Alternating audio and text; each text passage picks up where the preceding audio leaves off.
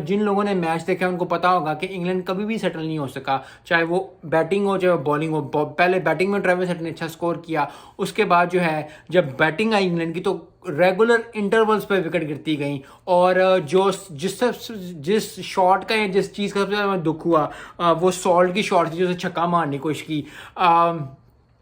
ऐसे लग रहा था जैसे उसने ना पूरी शॉट नहीं मारी, उसको लगा था कि छक्का हो जाएगा, लेकिन वो जैसे शॉट मारता है ना, खिंच के शॉट मारता है, वो शॉट नहीं मारी। और उसकी वजह से जो है आई थिंक उसकी थोड़ी सी मिसकैलकुलेशन होगी, और हो जाती है बड़े बड़े प्लेयर्स की मिसकैलकुलेशन, और नहीं चल पाए। और बड़े ही ज़बरदस्त I think bowling regular intervals पे हेजलवुड ने, ये जैम्पा ने, सब ने आई थिंक सब ने विकेटें ली। तो बॉलिंग की क्या बात करें, ओवरऑल जो है ऑस्ट्रेलिया जो है पहला मैच जीत गया है ज़बरदस्त परफॉर्मेंस की वजह से।